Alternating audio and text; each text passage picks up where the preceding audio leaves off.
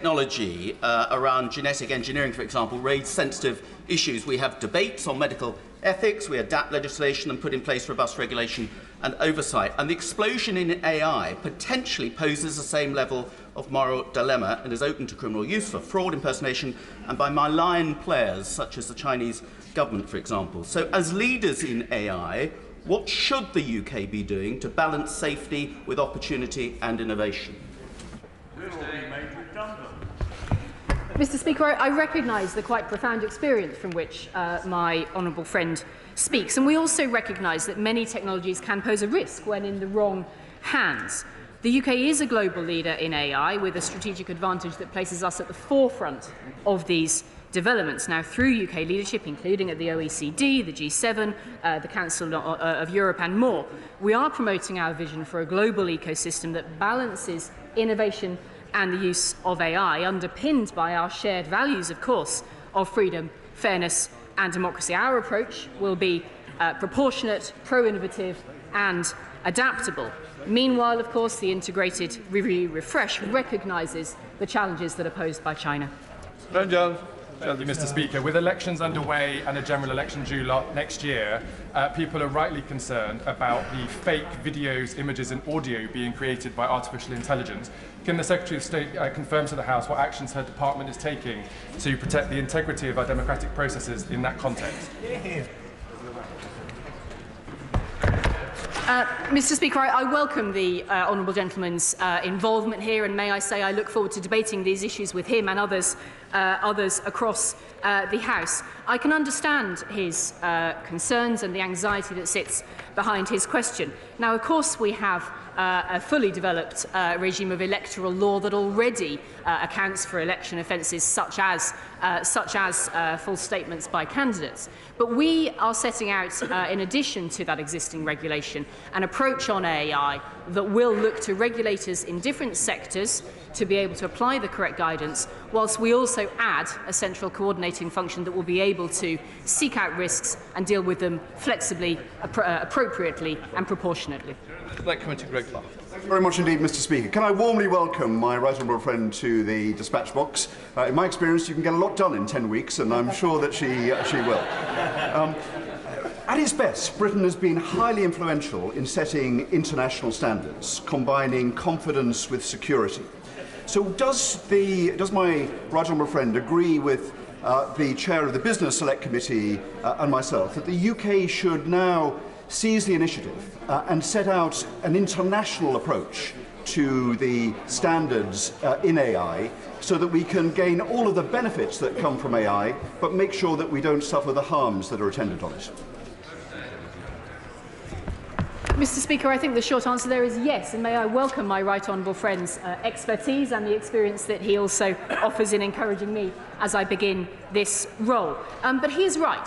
The UK does have a global leadership position. We rank in the top 3 in the world on many aspects of this question and others throughout science and technology, and therefore that is the type of role we will be seeking to take to reflect our values and strike the correct balance in the regulation that may be needed in terms of AI.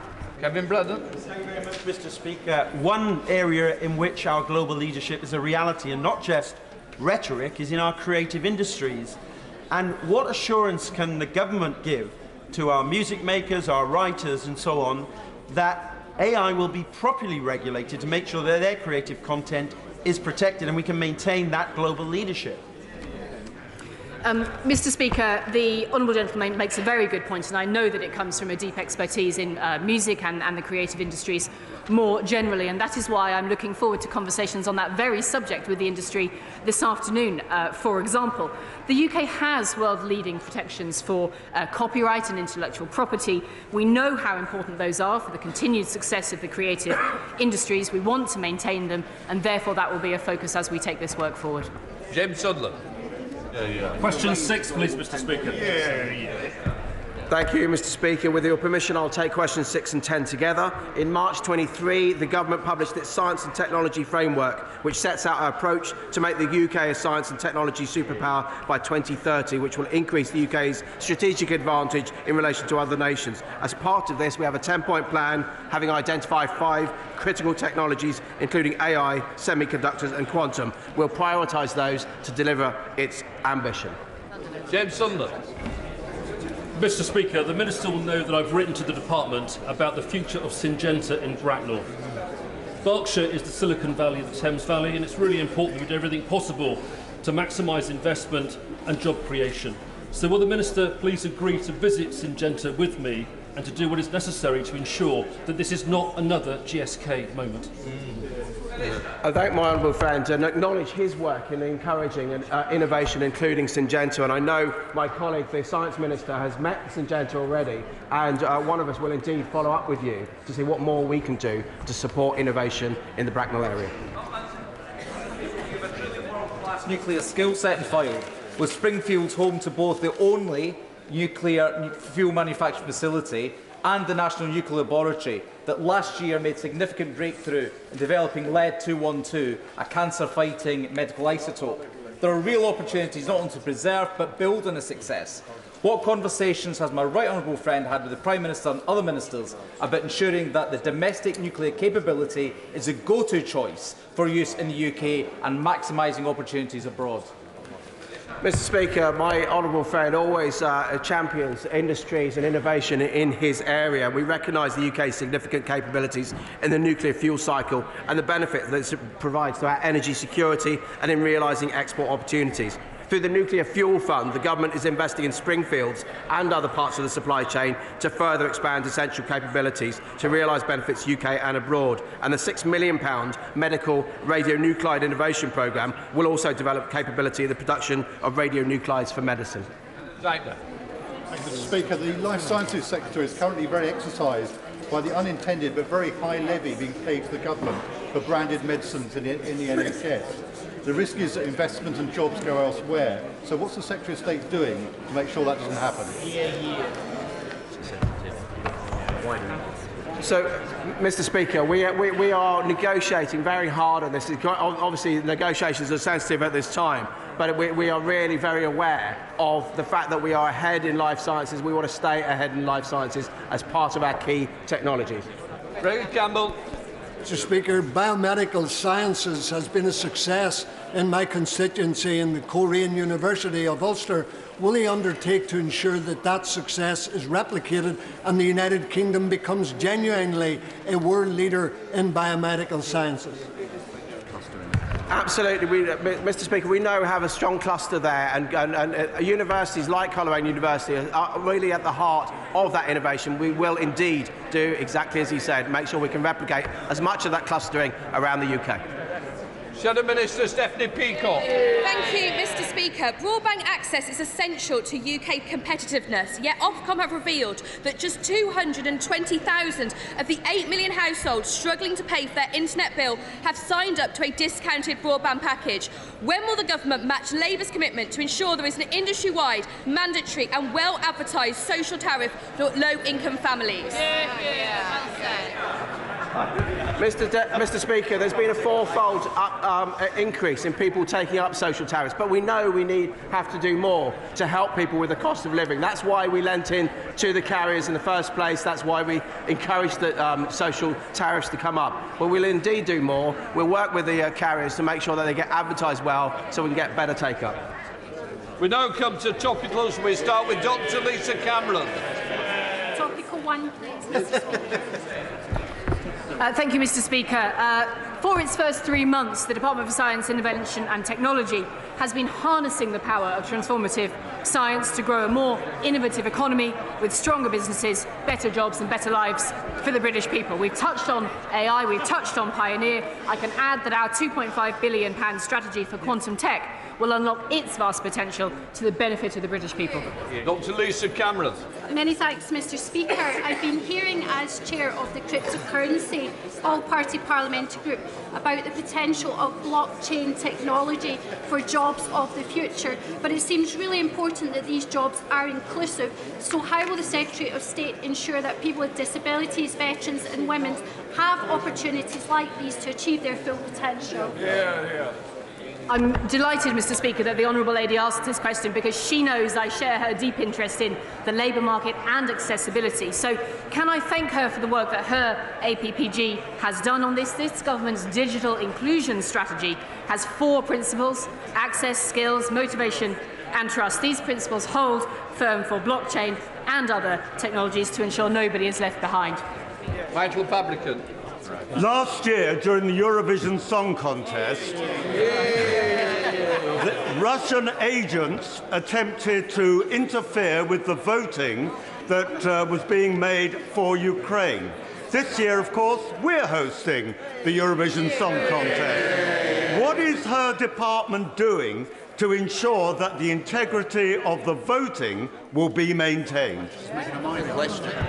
I thank my honourable friend. The government is always aware there are a number of possible threats to our systems and our events, and I'm not able to discuss the details, but the National Cyber Security Centre are world experts at understanding attacks and providing incident response for the most serious attacks. We want to make sure that all organisations are aware, so we can indeed keep that resilience in our voting process. The Minister, Chiomora. Thank you, Mr. Speaker. I'd like to welcome the honourable member to her position and wish the member for Chippingham well in her maternity leave. 3 years on, the Tories have failed in a manifesto promise to associate to Horizon Europe, and Britons has paid the price in lost jobs and scientific research. Their Plan B shortchanges British scientists, they're fudging the figures in other ways. Will the Secretary of State confirm that whereas Horizon funding was counted as international science spend, she is planning to count the same money as British science spend to meet her commitment to double British science budget?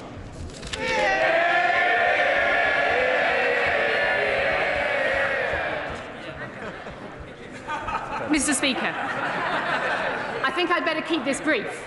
And the answer that the Honourable Lady knows very well is that we are hard at work negotiating our potential accession to Horizon. That is our preference, as I've been very clear here this morning. But I think she is out of step with key voices in the sector. For example, we hear from the Russell Group, who say that our negotiations are a serious step forward, and the ambition of the proposals for Pioneer is welcome.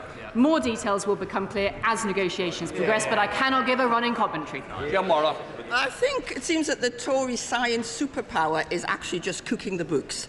Now, ministers promised to increase science spend outside London and the South East by 1/3, while doubling it overall so our regions continue to miss out. Now they're refusing to replace European regional development science funding, slashing 600 million from what should be our regional powerhouses. That's not levelling up, it's holding us back. The country knows it, does she? Mr. Speaker, I think she's mischaracterising this very badly and in a way that does not help to command confidence in our shared mission to make science, innovation and technology the success that it needs to be for this country. She will have seen my right honourable friend's presentation at the budget, the Chancellor's presentation at the budget, which makes clear just how seriously we take science in this country, and that level of ambition will continue. Aaron Bell. Thank you, Mr. Speaker. Last month, Sir Patrick Vallance stepped down as Government's Chief Scientific Advisor after 5 years in the role, in which government investments in science has doubled, but most of all, he became a household name through his handling of COVID and the leadership he showed then. So would the Secretary of State join me in thanking Sir Patrick for all his service to the country and welcoming his successor, Dame Angela McLean, and wishing her all the best in the role? May I, as Science Minister on behalf of the Government, pay tribute to both Sir Patrick and thank Dame Angela for taking on the role. He's been a stalwart servant for science and for this country during difficult times.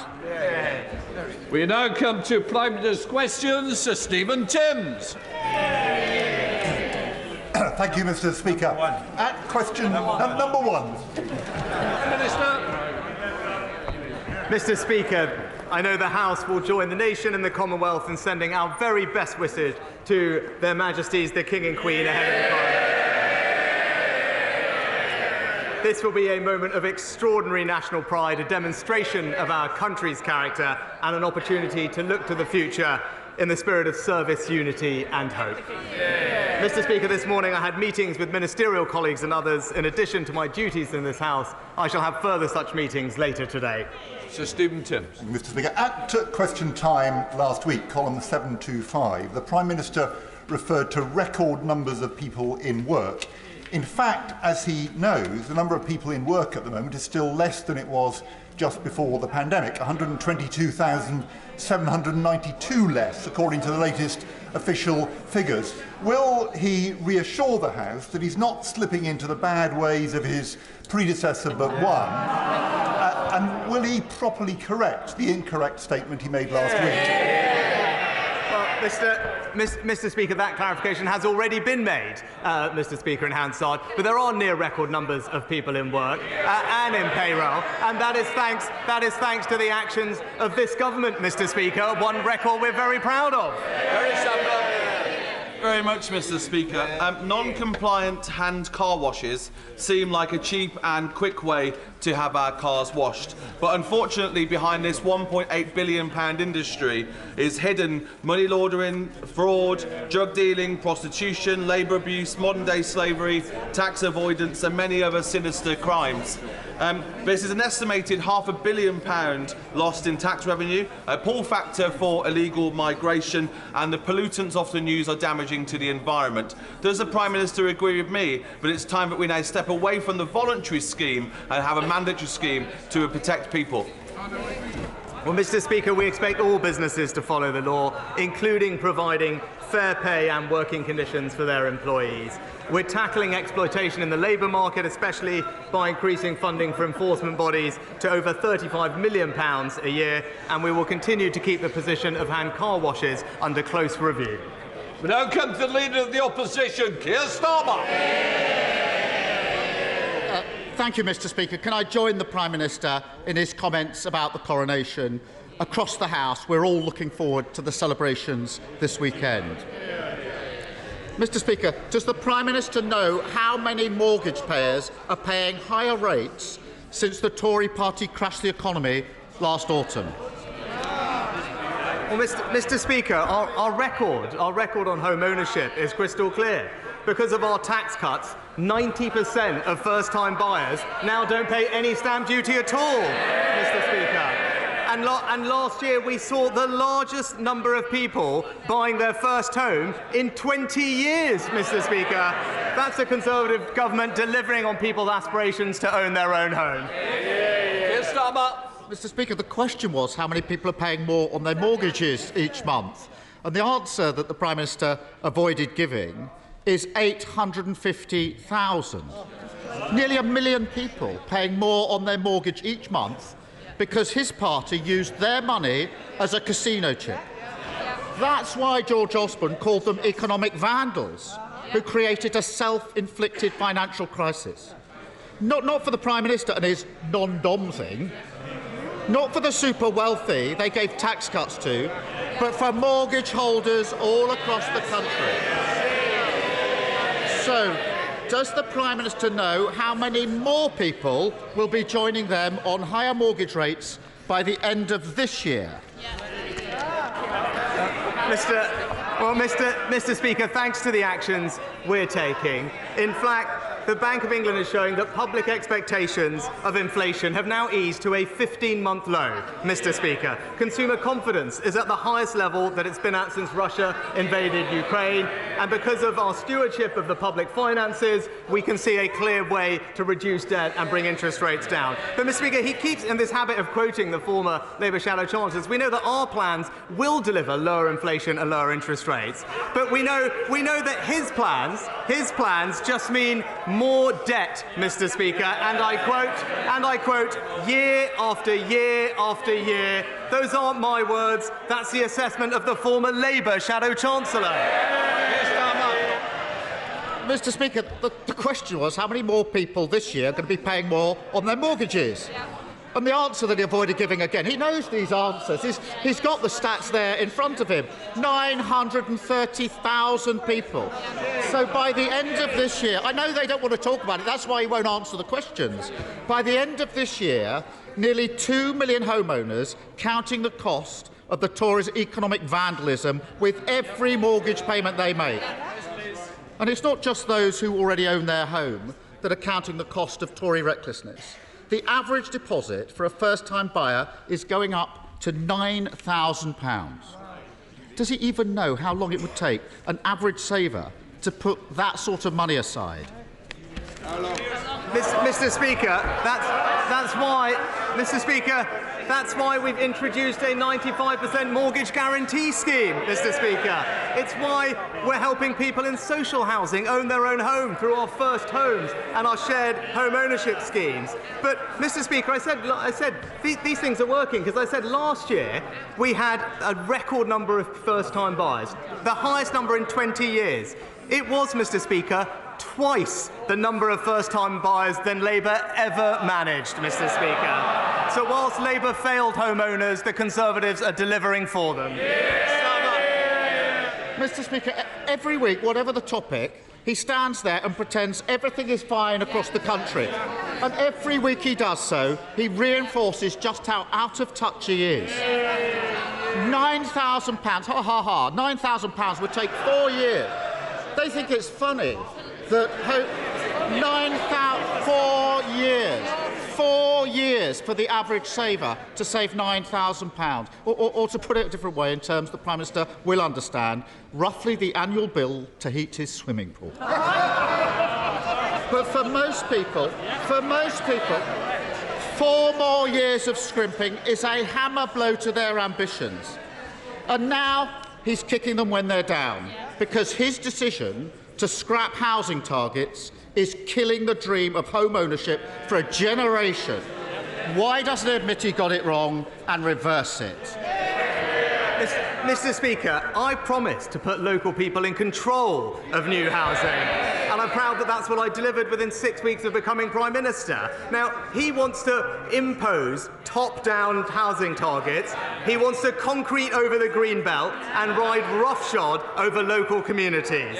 Now, previously, Mr. Speaker, he did say, he's on record and saying, local people, local communities should have more power, more control.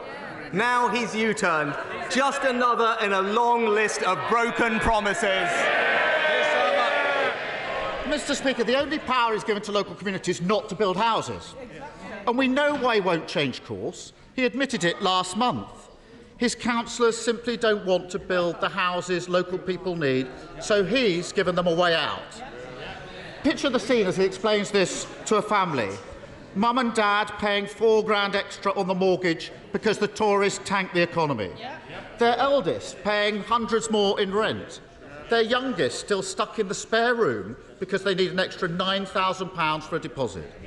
Then along comes the Prime Minister and merrily tells them, sorry for crashing the economy, we don't want to talk about that.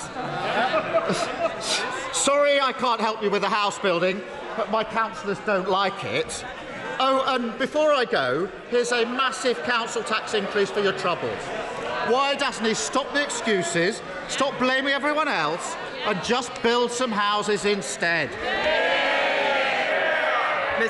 Mr. Speaker, our memories on that short. We all know what happened last time when they were in power. There was no money left for the country.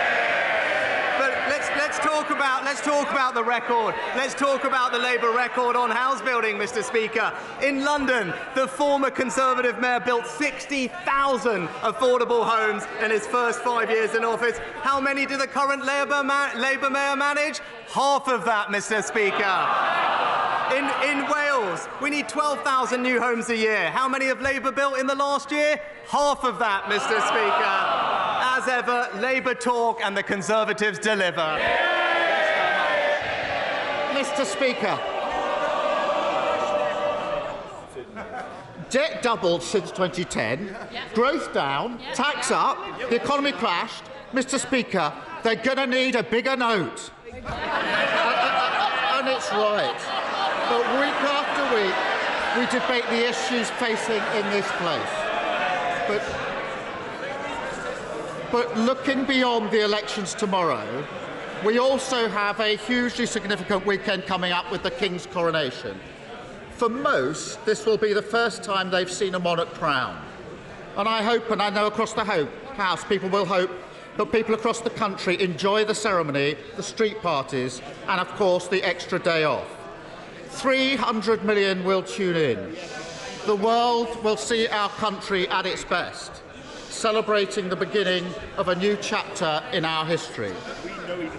But it will also be a reminder of the loss of our late Queen, Elizabeth II, and a chance again to remember all that she gave to our country through her dedicated service. So will the Prime Minister join me in honouring our late Queen and wishing the new King a long and happy reign? Mr. Speaker, as I said at the outset, we're all looking very much forward to the coronation. It will be a very special moment in the history of our country, and I know that we will join with the country in celebrating it. But before we get to the coronation weekend, Mr. Speaker, we have an important day tomorrow, and the choice before the country is clear. When they go to that ballot box, they can see a party that stands for higher council tax, higher crime, and a litany of broken promises, Mr. Speaker. Meanwhile, we're getting on with delivering what we say, with lower council tax, lower crime, and fewer potholes. The choice is clear. Vote Conservative, Mr. Speaker.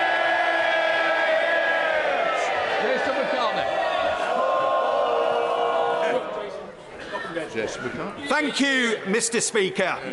Labour run Kirklees Council, Mr. Speaker, as you know, have reneged on a deal to house the National Rugby League Museum at the George Hotel. They've also declared a climate emergency, but they have one of the worst recycling rates in the country.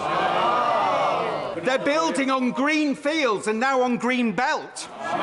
They're demolishing Home Firth Indoor Market. We're blighted by litter and fly tipping, and now they're proposing to chop down mature trees in urban areas. Does Mr. agree with me? No, you'll sit down a moment. I presume you're going to ask a question. You've made a great statement. Quick question. Does the Prime Minister agree with me that local people can have their say on Kirklees' appalling record by voting Conservative this week? Mr. Speaker, my honourable friend is absolutely right. It's typical Labour saying one thing and doing the other, Mr. Speaker. It's only the Conservatives that are going to protect the Green Belt. It's a Labour Party that are going to concrete over it, and that's why in Kirklees and elsewhere, tomorrow, vote Conservative, Mr. Speaker. We now come to the Leader of the SNP, Stephen Flynn.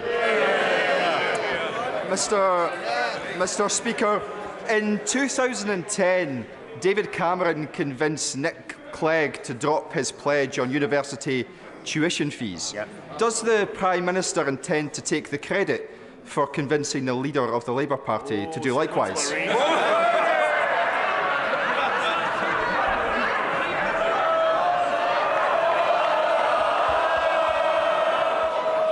Prime Minister.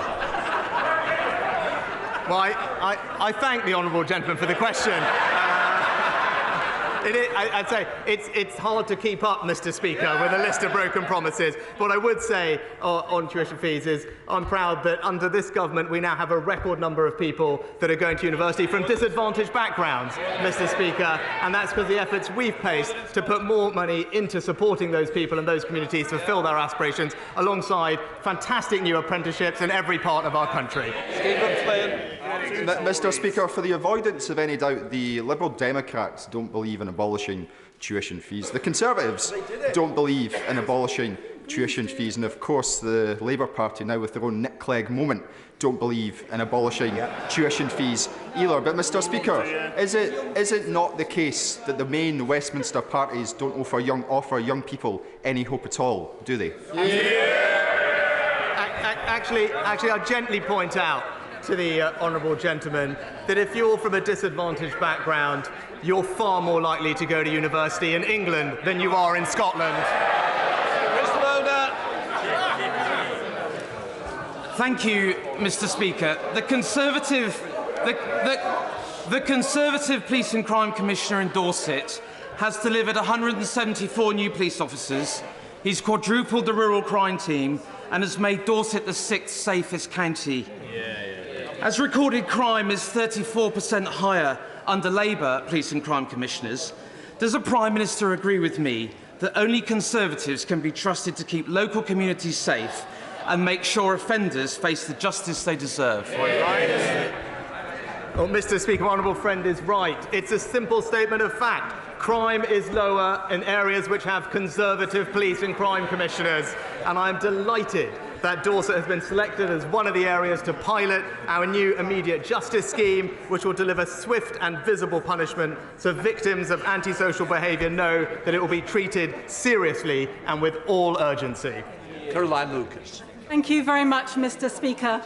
His government's vile and immoral refugee ban bill and the toxic language coming from the Home Office isn't even dog whistle politics. It is a giant, hard-right foghorn blasting out a poisonous them and us narrative, and it plumbed new depths last week when the Home Office Minister claimed that people trying to come to the UK, and I quote, tend to have completely different values to those in the UK.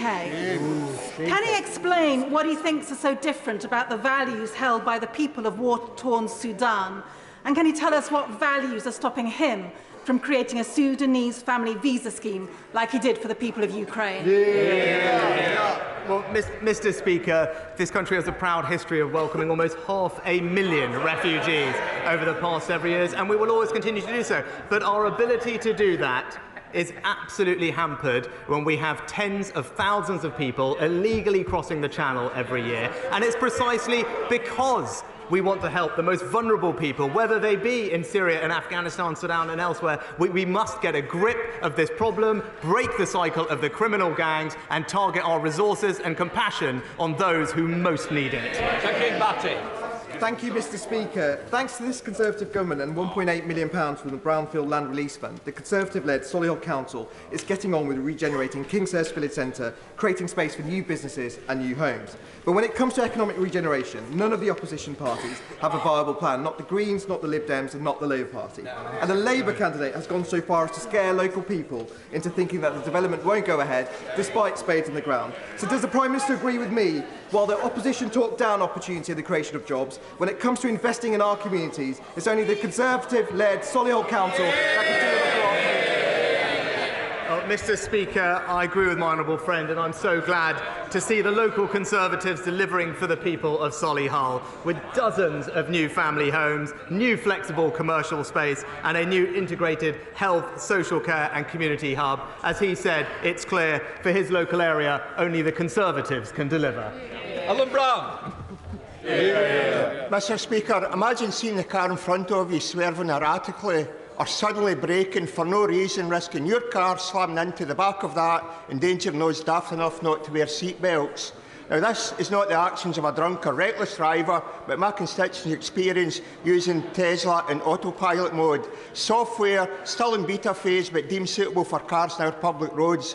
Will the Prime Minister meet with me to discuss the issues with Tesla's autopilot and instigate an urgent critical safety review in terms of its suitability for operation and the licensing of it? Mr. Speaker, I'm sorry to hear about what happened to the honourable member's constituent. I'll ensure that he gets a meeting with the Transport Secretary to discuss the safe regulation of autonomous and self-driving vehicles. Cal McCarthy. Thank you, Speaker. Labour-run City of Lincoln Council has destroyed the 40-year reputation of our city's Christmas market and the Christmas cheer that Lincoln benefits from annually. The dereliction of their role, choosing to take the easiest option behind closed doors in secret, in cancelling the market, shows Labour's neglect and disregard for small local businesses, charities and entrepreneurs and voters. Labour councillors Lincoln should be ashamed of their actions and have rightfully been likened to the Grinch. Order. Mr Brennan, I don't need you shouting from the back row. I've always offered a cup of tea to this side, but it's equally opportunity for you to take one. Come on, Carmen.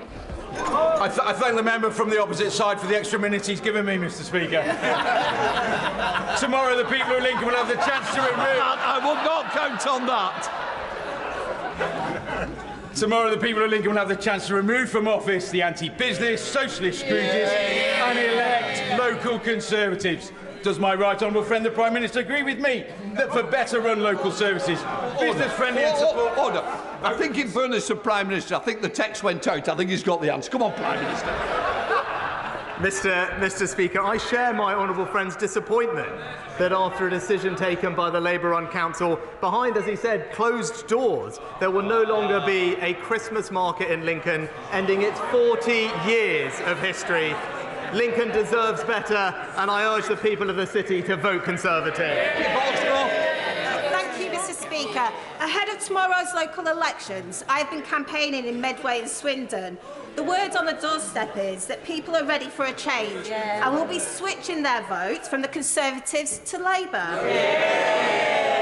However, I am concerned that only 4% of those without valid ID have applied online for a voter authority certificate. So will the Prime Minister commit to a post-election review of how many people have effectively been disenfranchised by his government's response to the virtually non-existent problem of voter fraud?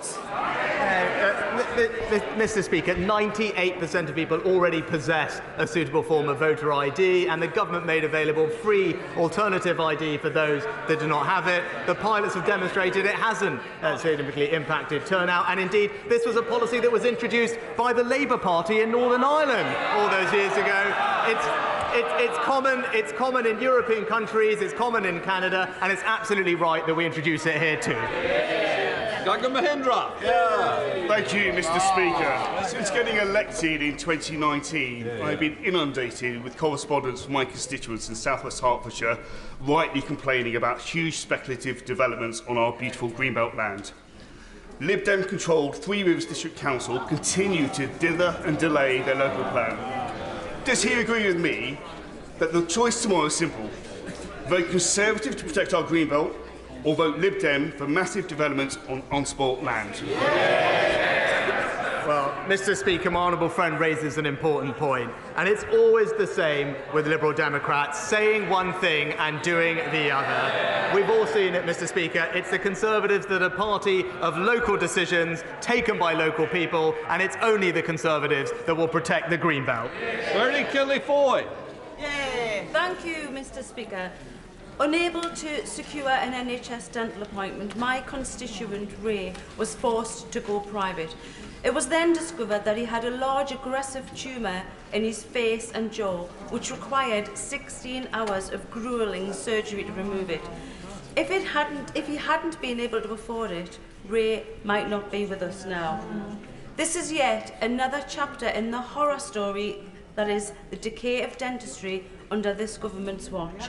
So will the Prime Minister accept NHS dentistry is in crisis, and will he meet with me and the British Dental Association to ensure that no one loses their life because they couldn't get a dental appointment? Yes or no? Mr. Speaker, I'm sorry to hear what happened to the Honourable Lady's constituent, and that's why the NHS has recently reformed dental contracts to improve access. We now invest over £3 billion a year. There are over 500 more dentists working in the NHS this year than last year, and indeed discussions are ongoing between the Department for Health and the NHS around dentistry, and DHSC is planning to outline further reform measures in the near future. Sir Geoffrey Clifton-Brown.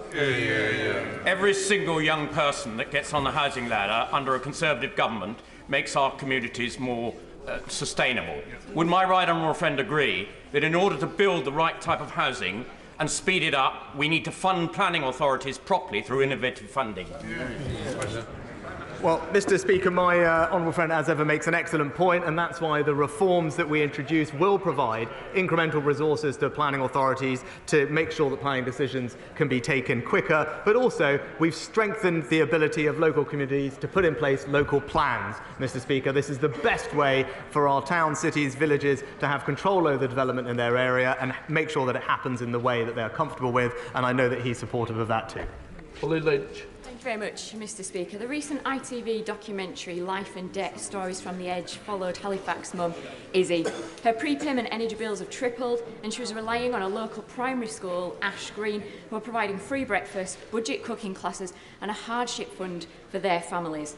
When head teacher Mungo Shepherd is asked does he worry about the children at school when he goes home at night, he says all the time, it never leaves you. Does the Prime Minister think it's right that things are so bad that schools are having to become the fourth emergency service for the families that they support? Well, Mr. Speaker, because of the actions we've taken, a typical family, including those like Izzy's, will be seeing half of their energy bills paid for by the government. That is support worth £1,500 extended in the most recent budget. For the most vulnerable in our society, there's additional support, and £900 for those on welfare, Mr. Speaker, and through the holiday activity and food programme, support for families with the cost and support for food during the holidays. But I would also say, for Izzy and others that are in particular need, they should talk to their council, because the Chancellor has provided over £1 billion of funding to the Household Support Fund. It's there to help families like that need a little bit of extra assistance during this time. Sir John Whittingdale. Thank you, Mr. Speaker. As my honourable friend will be aware, today is World Press Freedom Day. At a time when the need for professional and factual journalism has never been greater, will my right honourable friend reaffirm the government's commitment to defending media freedom worldwide? And will he redouble the efforts of the government to obtain the release of Evan Gershkovich and Vladimir Kara-Murza in Russia and of Jimmy Lai in Hong Kong? Mr. Speaker, the government is committed to defending media freedom worldwide, because thriving independent journalism is one of the cornerstones of democracy. We absolutely condemn the politically motivated sentencing of journalists across the world, and our embassies and missions work every day to protect media freedom where they are based. And I know that this is something that my right honourable friend has been a right champion of throughout his career, and I will look forward to him continuing to do so from a different perch as I take rather fewer questions from him over the next few months from this position. McKinnell. Mr. Speaker, I want to thank our police forces, who I know will be working hard across the country this weekend to support the coronation events. But police numbers in the North East are down 8% since 2010, and I know the Prime Minister's keen on his maths, so here's a sum. If Northumberland Police has lost 1,000 police officers since 2010, but gained the funding to put back 615, by how much have the Conservatives shortchanged the North East? So, Mr. Speaker, as we saw last week, there are now a record number of police officers across the country thanks to the actions of this government, and crime is 50% lower than it was when we took office. She talks about investing in the North East. You know, when we invested Levelling Up Fund in her constituency, £20 million, she said it was transformational, Mr. Speaker. She said it would play an important role in rejuvenating her local area. That's this Conservative government delivering not just for the North East, but for her constituents too. Mr. Speaker, I was pleased to welcome the Secretary of State for Transport to Newsham recently. This was to see the progress on the Northumberland line. Would my right honourable friend agree with me that this Conservative government, and Conservative government only, is committed to development of this line, keeping Levelling Up on track? Well, Mr. Speaker, my honourable friend has been a fantastic champion for the restoration of this line. Indeed, it was one of the first deliveries from the Restoring Your Railways Fund, and it will be fantastic for his local communities, because that connectivity will provide jobs, opportunity and employment, particularly for young people in his local area. And after years, if not decades of neglect, it's this Conservative government that is delivering for the people in his local area. Rebecca Long-Bailey. Thank you, Mr. Speaker. Over 3.6 million women born in the 1950s had their pension age increased without their knowledge. And many, like my constituent, unknowingly gave up work at 60, only to realise they had no income, they couldn't pay their bills, and some have even lost their homes. So my constituent asks the Prime Minister today, will he commit to the fair and fast payment of any compensation that is recommended by the Parliamentary and Health Service Ombudsman to 1950s women for the injustice they have suffered due to maladministration by the Department for Work and Pensions? Mr. Speaker, this issue has been long discussed in this place, and obviously the honourable lady knows there's an ongoing process which I can't comment on, but rest assured, of course, we will respond appropriately to any recommendations that come our way. Thank you very much, Mr. Speaker.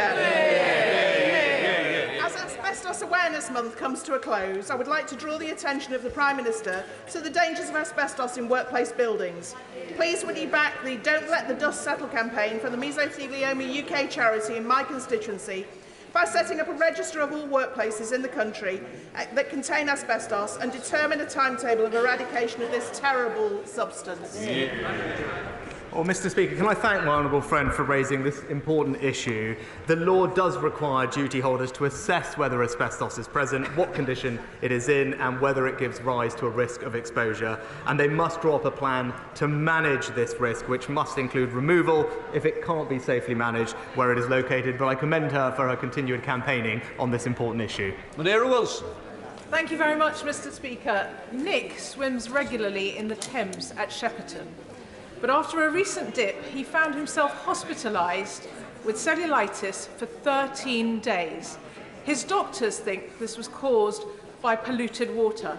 Mr. Speaker, what caused that polluted water? Well, because Thames Water dumped filthy sewage just days earlier nearby.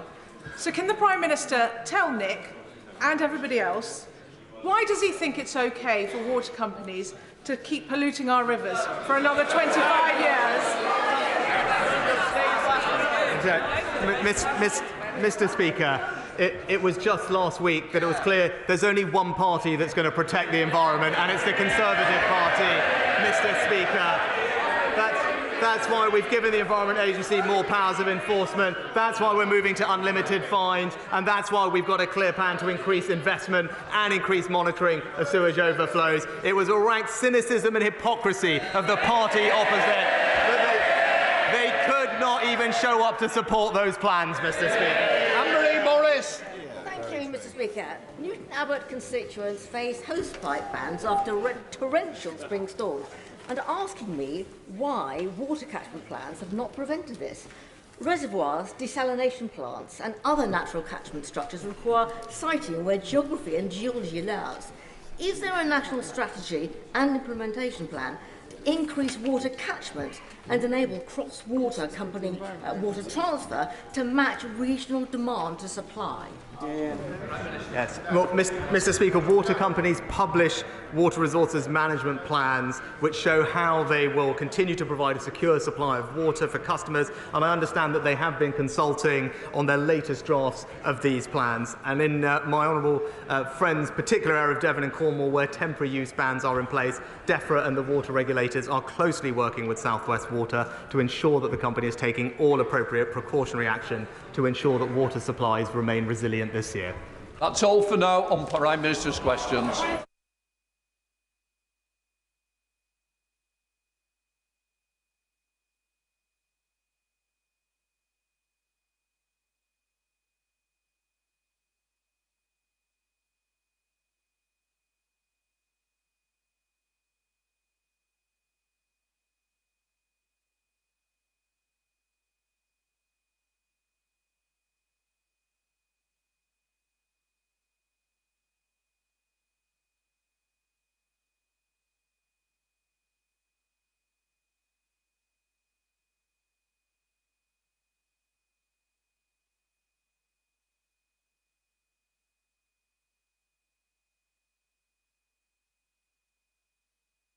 Sean Bailey. Thank you, Mr. Speaker. Mr. Speaker, I get what time of year it is. I know we all know the game, but the importance of sticking to the courtesies of this place outside of this chamber are important. The Honourable Member for Birmingham Edge Baston has now appeared in my patch twice over the last 2 days without giving me any notice. I made her aware yesterday of my intention to raise this point of order. She's not even deigned to respond to that in any way, shape or form, and I forwarded that notification to your office this morning. Mr. Speaker, I can anticipate what your response will probably be, and I appreciate that, but can you perhaps, for the courtesy of members in this House, restate the expectation of members when they're attending other people's constituencies in their capacities as members of Parliament? And just to finish by saying, we're a very welcoming place, Mr. Speaker, but clearly we want to make sure that everyone plays by the rules. Thank you. Yeah. I think I need to answer this one first. Very kind, thank you. Look, I'm obviously grateful to the Honourable Gentleman for giving notice of this point of order. The booklet, the rules of behaviour and courtesies in the House of Commons make it clear that members should make all reasonable efforts to notify colleagues if they intend to visit constituencies, except on purely private visits. And I've said it time and time again to all sides, and I know it's fever time at the moment, but please, show the respect that each member is due by letting the member know when there is a visit taking place. Thank you. Don Butler, point of order. Thank you, Mr. Speaker. Mr. Speaker, the honourable member for East Ham asked the Prime Minister to correct the record as he misled the House last week. Mr. Speaker, the Prime... We don't say that. Unintentionally misled. Or inadvertently. Okay. Inadvertently, unintentionally misled the House last week. Mr. Speaker, the Prime Minister has inadvertently, unfortunately, misled the House this week when he claimed that the Tory Prime Minister built more house than the current Labour mayor. Official statistics are not open to interpretation. Last year, the number of new homes in London was up 22% compared to the Tory mayor's final year. More than 23,000 new City Hall-funded council homes have been started since 2018, more than 10,000 in the last year alone. Latest figures, Mr. Speaker, show London has started more than double the number of council homes last year than the whole of the rest of England, and Sadiq, the Labour Mayor of London, has delivered more than 10 times that of the previous Tory Mayor. Please, I think I got the message. I do need to reply. No, let me reply. It might be helpful to us all. Look, I'm obviously grateful for the member giving notice to the point of order. She will know that the Chair is not responsible for Minister's answers. If an error has been made, then it should be corrected. And I make that very clear. It is not for the Speaker to determine whether the error has been made. What I would say is, and quite rightly, the honourable member has given us a very fruitful line that has ensured that that point has been made correctly. And therefore, I will now move on to the next point of order. Thank you, Mr. Speaker. Forgive my eagerness. I've never done this before, but I believe that today at Prime Minister's questions, the Prime Minister inadvertently, unintentionally misled the House on the question of disadvantaged children in Scotland going to universities. The figures he uses are simply the UCAS applications directly from school. In Scotland, as I well know as a former further education lecturer, most disadvantaged children and adults go through the college route, whereby they can do an HNC, HND, move into first, second or third year of a university course, or join an access to higher education course at any time. Can I just say, I think it's exactly what I've said to the previous member. Obviously, I'm grateful for giving notice. I'm not the one that makes a determination. What I would say is, you've put it on the record, you've certainly corrected, and as I will say again, if an error has been made, I expect it to be corrected, and it's certainly now on the order paper. Right. Point of order, Shadow Home Secretary.